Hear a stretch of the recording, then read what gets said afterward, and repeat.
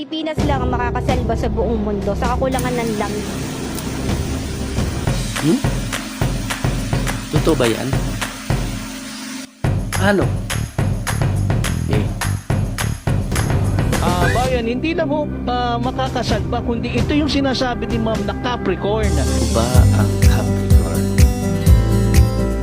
Composed of how many scientists, how many yung mga gold miners na mga research, paano ba? We have 3 laboratories na suri sa area natin. That is Amoco International, which is USA, Philippine Analytical dito sa Pilipinas, at Bird Research dito sa Pilipinas. At ang bato na sinuri na pinagdikitan ng langis dito sa bansa natin is 475 billion years old ang tanda. Ibig sabihin, panahon pa ng fossil fuel, panahon pa ng mga dinosaurs. At sa mga naman nakakanood ngayon na mukhang salapi, lalo na ho yung mga congressman na mukhang salapi, meron ho congressman na lumapit ho kay Madam upang kunin ho yung buong detalye at malaman ho kung nasaan ho itong lokasyon na sinasabing napakaraming langis, sapagkat nanginginig na ho kanyang palad upang kamkamin yung yaman nitong langis na ito. Tama ho ba yun, Madam? Yes, maraming kumukontak sa akin, maraming nakipag-meeting before na gusto nila sila nang humawak ng Capricorn. Ngunit ito'y hindi ko binibigay. Bakit? Ito'y napakasagrado dahil ito'y para sa Pilipino, hindi para sa bulsa ng mga greedy na tao. Madam, ano ho mangyayari kung sakasakali magkaroon na ho ng lockdown? Ano ho gagawin ng Pilipinas? Wala. Dahil kasi pag nagkaroon ng lockdown ng langis ang buong mundo, wala. Mga ang Pilipinas. Dahil ang reserves ng buong mundo ngayon ay nanganganib na. Kaya ang dapat gawin ng Pilipinas ngayon is simula dun sa Malacanang hanggang pababa hanggang sa mga taas, makipagkaisa sila sa gagawing proyekto ng Capricorn na magsasalba hindi lang sa Pilipinas kundi sa buong mundo. Na-mention ni Madam itong Capricorn, no? Binabalaan ko po kayong lahat sapagkat meron po siyang sinabi kanina na itong Capricorn na ito ay isang sagrado. Isang napakasagradong aktibidades na meron ng divine intervention na sino hong magpaplanong unahan o nakawin sa kanila ay basta-basta na lang o bigla na lang daw mawawala. Ma'am, totoo ba yan? Yes. Ito ay napakasagradong yung Capricorn na to. Kaya nagtataka sila kung bakit ang Capricorn lang ang merong sample analysis sa area dahil sila ay wala. Ibig sabihin lang yan, ang mga tao na pumunta sa area is greedy na tao na may personal na interest na hindi ibibigay para sa bayan.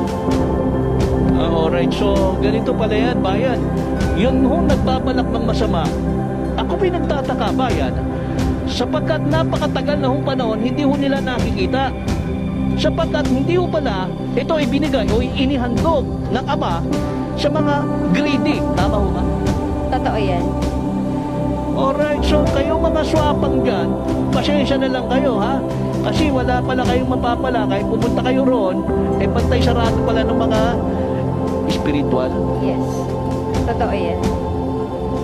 Wala pala kayong magagawa kahit magdala pa kayo ng 1 milyong sundalo ron o kung sino yung private army nyo, sapagkat yung palang nagbabantay doon mga spiritual, ma'am. Totoo yan. So ako po'y nananawagan muli sa mananalong presidente ng Pilipinas na sana ay magkaisa ho kayo sa Capricorn sapagkat meron na hong babala silang ibinigay sa atin na magkakaroon ho ng lockdown ng langis ang buong mundo at magkakaroon ho ng matinding kahirapan. Tama ho ba yun, ma'am? Oo, kasi pag ang langis ang pinaka-kailangan ng buong mundo. Kapag wala ang langis, lahat ay hihinto. Even factory, transportation, hospital, electric household, lahat yan hihinto. Pag wala ang langis. Kaya lahat ng yan, Pilipinas lang ang makakasalba. Ma'am, may binabanggit ho kayo na kapag natuloy na ho itong Capricorn, ay wala na hong mahirap na Pilipino. Hindi na ho sila maghihirap, kundi magkakaroon na ho ng maginawang buhay ang buong mamamayan ng Pilipinas. Totoo yan. Ang Capricorn ay para sa buong Pilipino, hindi lang para sa buong mundo. Ang Pilipinas ay magiging free tax, free house, free hospital, free education, lahat-lahat na. Ma'am, kung sakasakali na ito'y matuloy, magkatotoo, wala na hong mahirap. Ma'am, bali, sino hong magtatrabaho ngayon? Sino hong ngayon magpapatuloy na magpatakbo ho sa ekonomiya ng Pilipinas?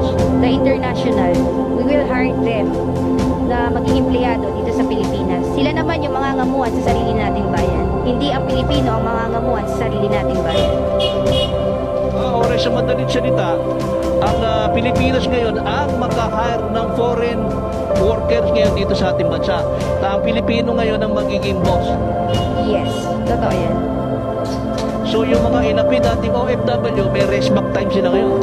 Uuwi lahat sila dahil dito sila sa Pilipinas magtatrabaho din. And then we will hire the international na magtrabaho dito sa Pilipinas. Actually, marami na nagsisend na sa akin, the international, the petroleum engineer, geologist, the international, Pakistan, OPEC, under the OPEC, madami.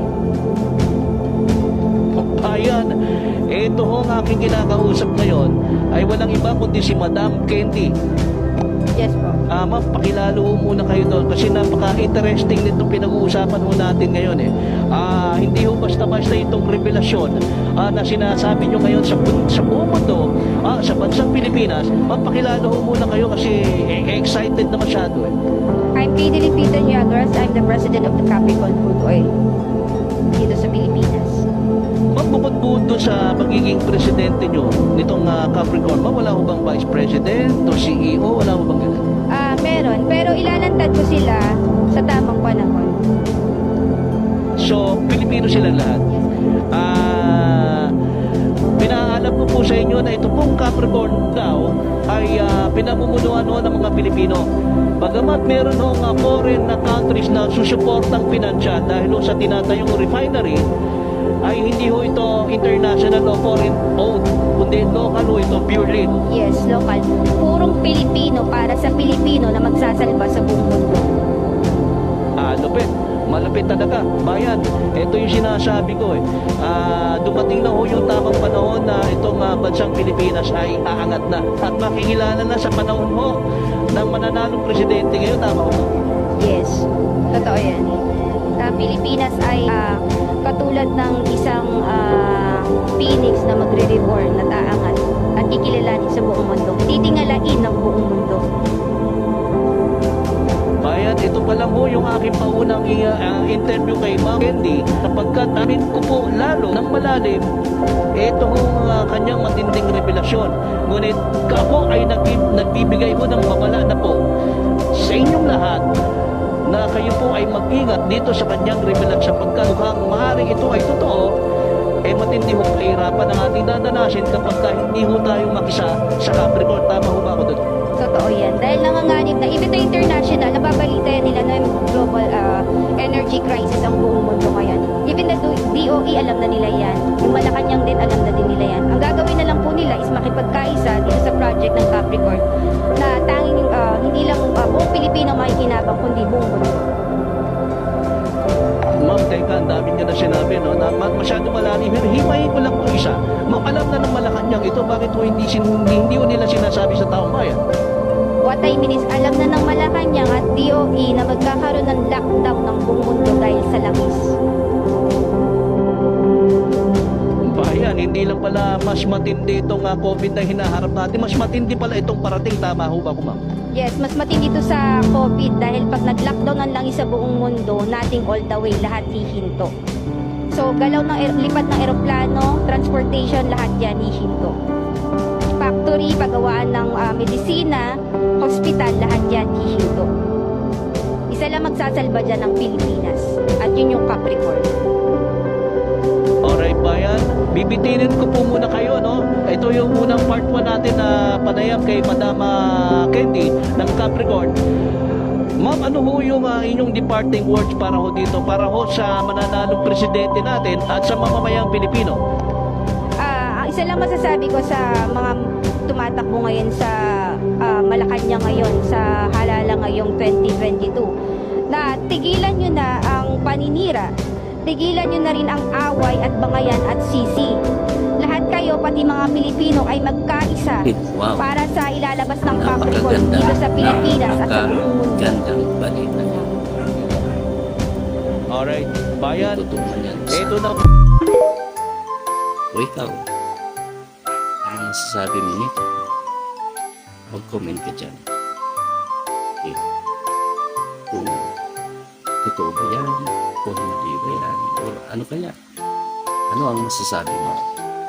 Hintayin ko yung comment mo. Follow me.